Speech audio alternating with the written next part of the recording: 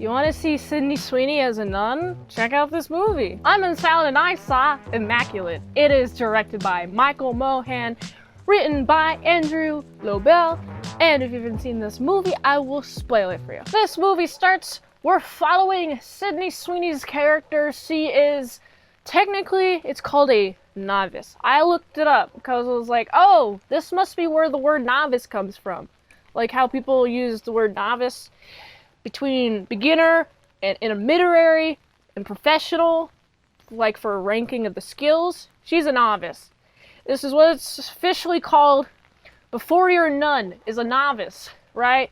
Something I learned. Also, interesting fact, novices will stay at what these places are called. I think they're called convents. They stay there for up to 2 years, up to 3 years, and then either they're a nun or they get kicked out, but they can leave at any point. Keep this in mind for the movie. So we're following Sister Cecilia, that's her name.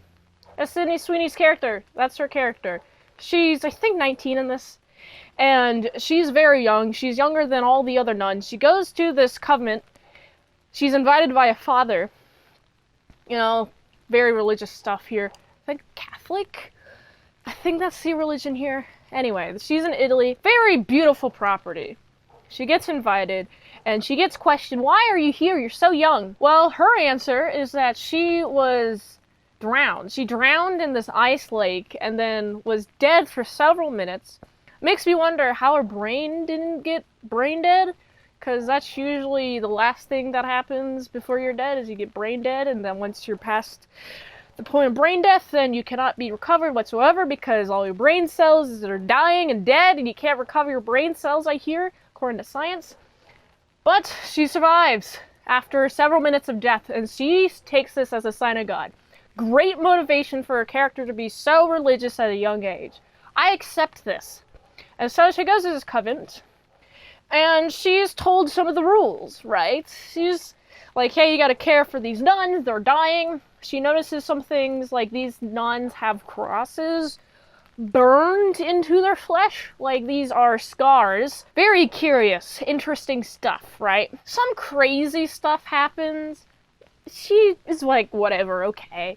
But the craziest thing that happens is she's never had sex in her life ever, but she's conceived a baby. Somebody put a baby in her. She's never had sex, so this is a virgin pregnancy.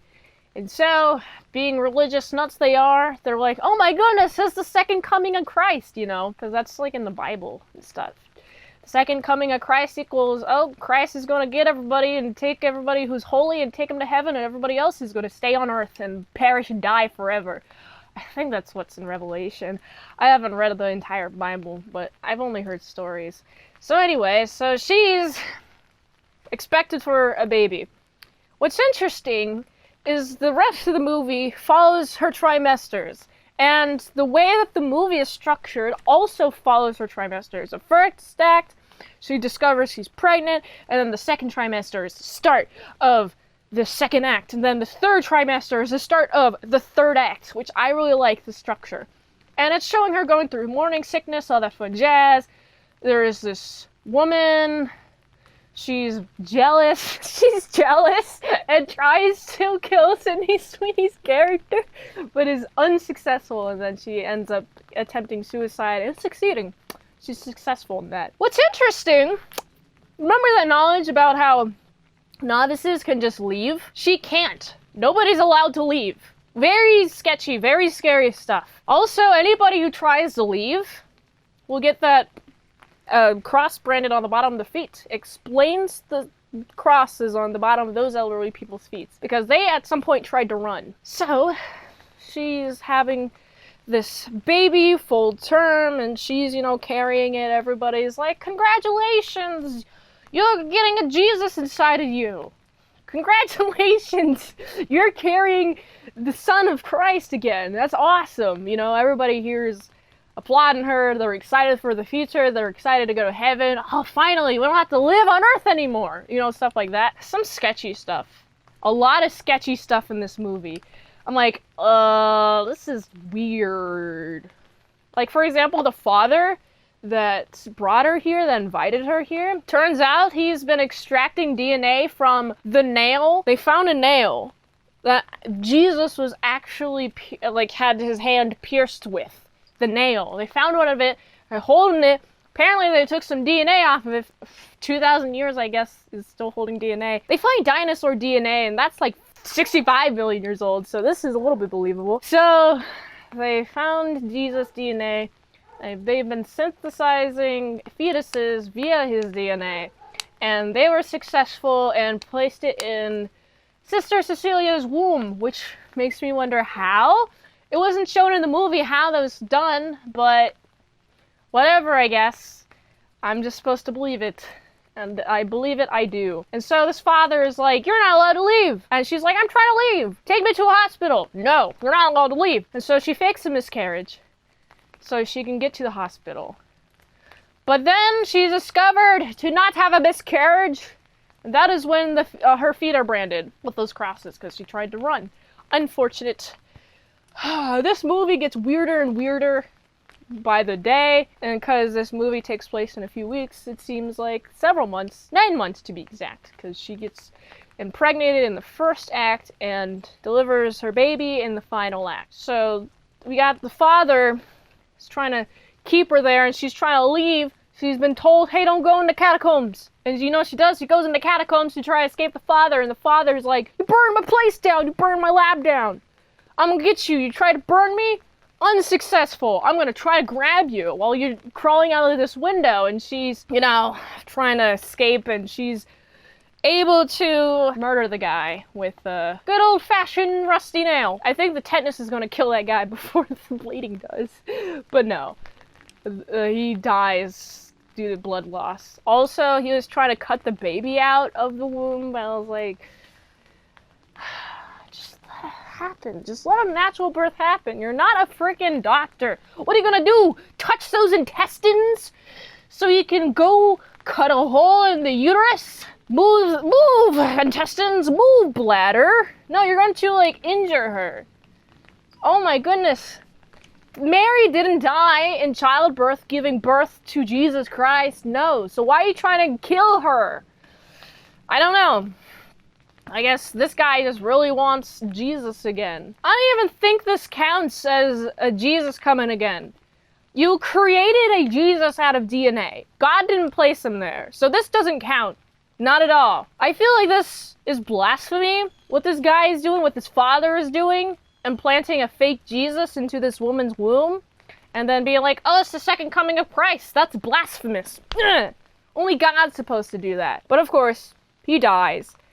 And I gotta mention, Sydney Sweeney's acting through this better than anyone but you. I think she does a good job being solemn and being in a place of uncomfortability. I don't necessarily like seeing her happy. I like in this movie, she does, in my opinion, a better job of acting because she just is sad and quiet and is taking a lot of crap from everybody, but ultimately she's devoted to God, and she does a good job. The final scene, in which the father is murdered by her because he was trying to cut the baby out of her stomach, just let it happen. Come on, she already went into labor after murdering that person. Come on, man, you can't just, like, wait. Push on her stomach if you want it to happen faster. I don't know. But no, he's like, eh. What she does, though, is she does deliver that baby outside of the place, and it focuses on her screaming face, and her screaming face is so good. I'm like, awesome! She's such a good screamer. I would honestly like to see Sydney Sweeney as a scream queen. I think she'd be a really good final girl, because her screaming is so good. It's like, just like that for like 30 seconds while she's pushing the baby out, and then you hear the baby plop. And it's not crying, which is not a good sign. When babies come out of the womb, they're supposed to be crying, otherwise they're probably not having a good time. And so she's like, I'm gonna take this baby out of this misery. The movie ends with her crushing the baby with a rock. That's how this movie ends. This movie is a wild time. I should mention that these nuns and these Catholics, these religious zealots, as I like to call them, these people specifically, they're breaking the rules. They're breaking God's rules all over the place. You're not supposed to keep people against their will, but these people are doing it. Once you choose to stay here, you're not allowed to leave, I guess, but that's against the rules. These people are doing bad, and I guess that's the twist of the movie, is that these people are doing bad in the name of God, which is ironic. It's just weird movie. I don't know if I'd watch it again. Honestly, the highlight of this movie is Sydney Sweeney screaming at the very end. Other than that, there's some problems that I have with this movie. Like, it doesn't explain enough of everybody's intentions in the movie. I mean, it shows the father's intention, the guy that invited her. Yeah, his intention was revealed at the third act. I liked that reveal, but everybody else, I want to know more about them, you know? This movie didn't really leave me satisfied, so I gotta give this, it's a solid 5. 5 out of 10. Oh, you know what? But Sydney Sweeney's screaming really added some points to it. Not much. So I'm gonna give it, because of Sydney Sweeney's screaming at the end, I'm gonna give this movie a solid 5.7 out of 10. If you like this review, watch another one on the platform below. Like I said, $20 dinos at patreon.com/ASEPresents for 1 movie review per 1 month. Go to this link tree and support the daily grind. It is of all them daily movie reviews, so you go here. And until next time, I'm in Salad Saw. I'll see you later, my salad croutons and bacon bits.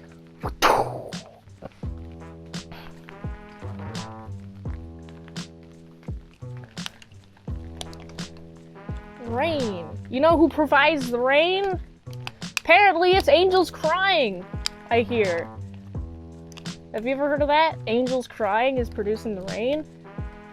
Well, I don't want angels to cry, so I'm gonna go help and comfort them. Adios.